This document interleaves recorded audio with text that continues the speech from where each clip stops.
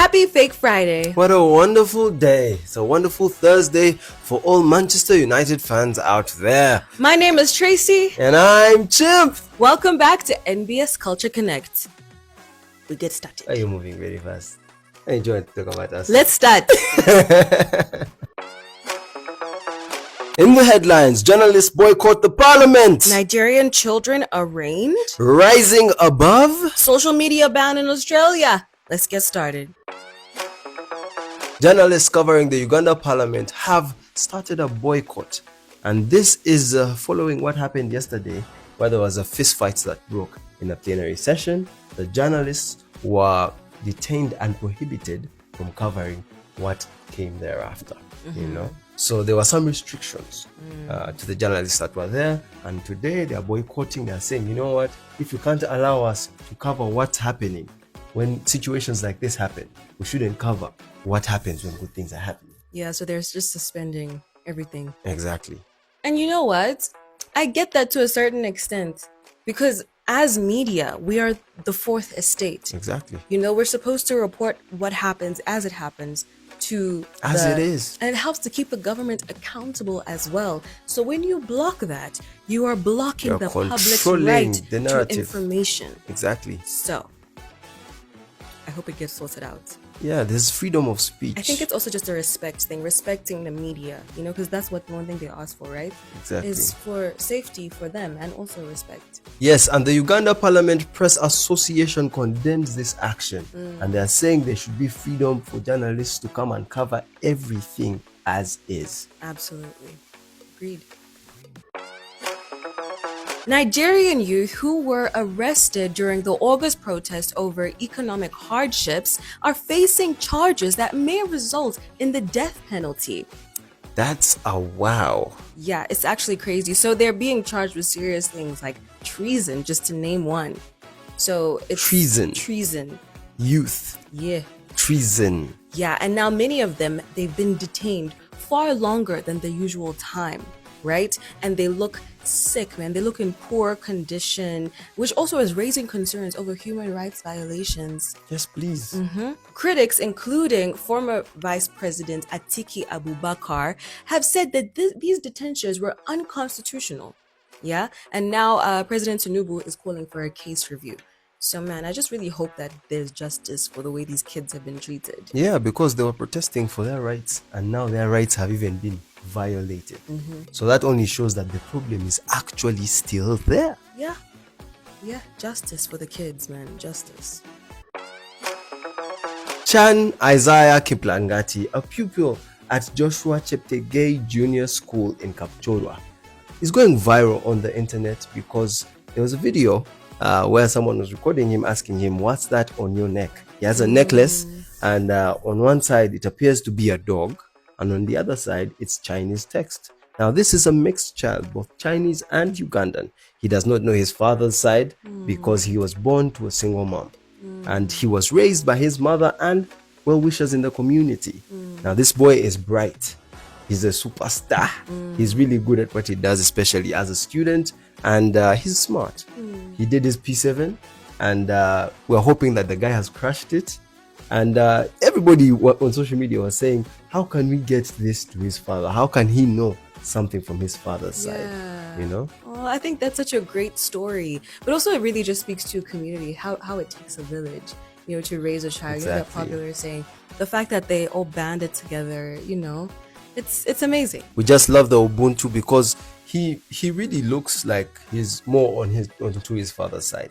But seeing that we have this Ubuntu where it's like, no, let's take care of the child of the community. Yeah. We love to see it. And also would like to send out proper success to the P7 pupils that have sat their P7 exams. Yes. Yeah, guys, man. Well done Well already. done. Well done. What you prayed for has been answered, guys. Australia's government is set to introduce legislation for banning social media for kids under the age of 16. Do you think this is a good thing? I don't know. I mean, the Australian experts are divided on this. So, Australian Prime Minister Mr. Albanese is actually for this.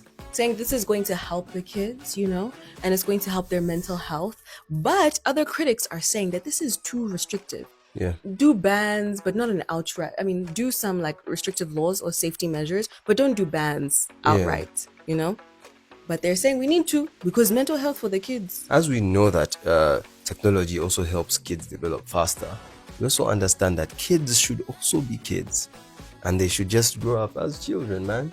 And I think that's the main thing. But okay, for us when you were younger, we used to be sneaky because you weren't allowed on Facebook or Twitter unless you were like 14 years old.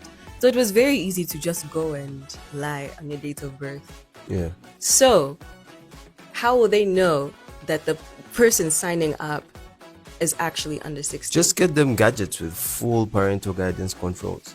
What if their parents support them being on social media? Then that should be the parents' decision. I think it shouldn't be a state decision. Yeah. I think it should be. I don't want to lie to you. I think that children should not be allowed on social media because the way it affects your mind, you start comparing too early, you're exposed to way too much than what you should be as a child. So maybe. I'm not saying no technology, I'm just saying there should be some restrictions when it comes to social media for kids. Yeah, restrictions, but not what they're trying to do. No. It's time for sports. With Go away. Yeah, with a Manchester United fan.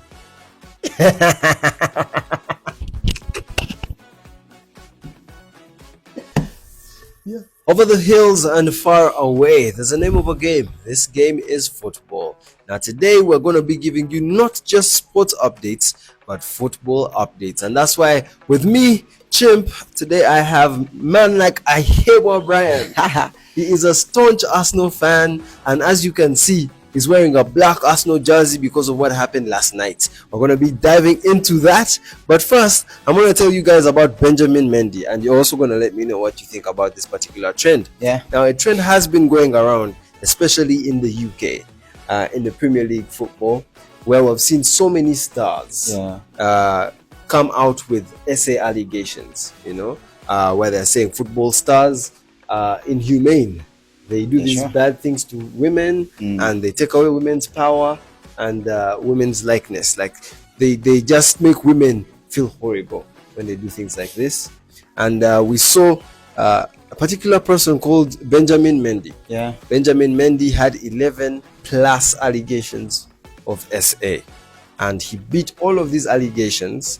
And we're seeing him sue Man City for 11.5 million pounds, right? And the case is done, and he's going to be getting 11.5 million pounds in unpaid wages because he beat all of the allegations. There were allegations, he went to court, and he won, even without the help of the club.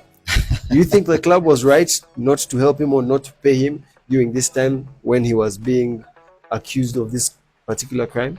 How do they say here in Uganda? You're innocent until proven guilty. Guilty.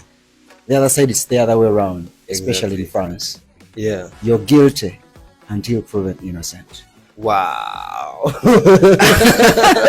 So that's why we see that was the situation around Benjamin Mendy. Yeah. When that thing came around, yeah, he had to accept to everything that was going on. Yeah. You remember it had to involve the family, his mother, his father, man-to-man conversations. You may talk to your dad. Exactly. He had a conversation with the father. The father got to understand exactly what was happening. But the biggest issue came with the mother. Our mothers love us so much. Exactly. It really, really brought the mother down. She felt really, really bad about it. Yeah. Then Benjamin Mendy had nothing to do about it. The excitement today is all over the family because, just like I told you in the other side, you're guilty until you're proven innocent. Nice, man. At least we get to see the mom. The mom see the son that she raised, not be one of those men that do these kind of things. Exactly. But the biggest issue about Manchester City with the money, just like we are talking about, he was guilty in the circumstance. Yeah. Because the courts of law had not yet decided the way they had decided yesterday. Exactly. So Manchester City are taking a decision they had taken you may not pin them that much. Yeah. But you may also go to the human side. You believe like this is a person who has been a player at this club. You really need to have done a little bit of things to try and protect him, to see that you push the case together, you see him through. If at all things don't go right, that's when you be like, this thing has failed us, but we've been together. But they let it all be on his side. He really went through a lot. But right now, to say that he needs money from them, and genuine money, it is his money. Yeah, it's his because money. He's really, really free now. Yeah, he's free and free of all of the allegations. They need to pay him. I really find it really very, very. They need to even compensate him for his legal charges. But because of the spirit of Ubuntu in football, we saw players like Kevin De Bruyne and Bernardo Silva give him some money during this time and say, you know what, at least try to see if you can prove yourself innocent. The time, a lot of time was wasted. Exactly. Ruining his career. In his prime stage. You get. Prime I understand he's a player who was going through a lot regards injuries. Yeah. But you cannot tell me he has not played. He hadn't played since 2021. Imagine that. You get. So coming back, then he had to go back to France, go to the low division to try and come back again. This man missed the World Cup. From scratch. He missed the World Cup. I don't know how a Ugandan would feel in such a situation. Yeah. But because for their case they are brought up in a setting of Europe, maybe he can sit back and be like, these things happen with the woman said this and this. Exactly. This was shown as evidence, stuff like that. But here in Uganda, you try to put yourself into his shoes, the way you would react yourself even today.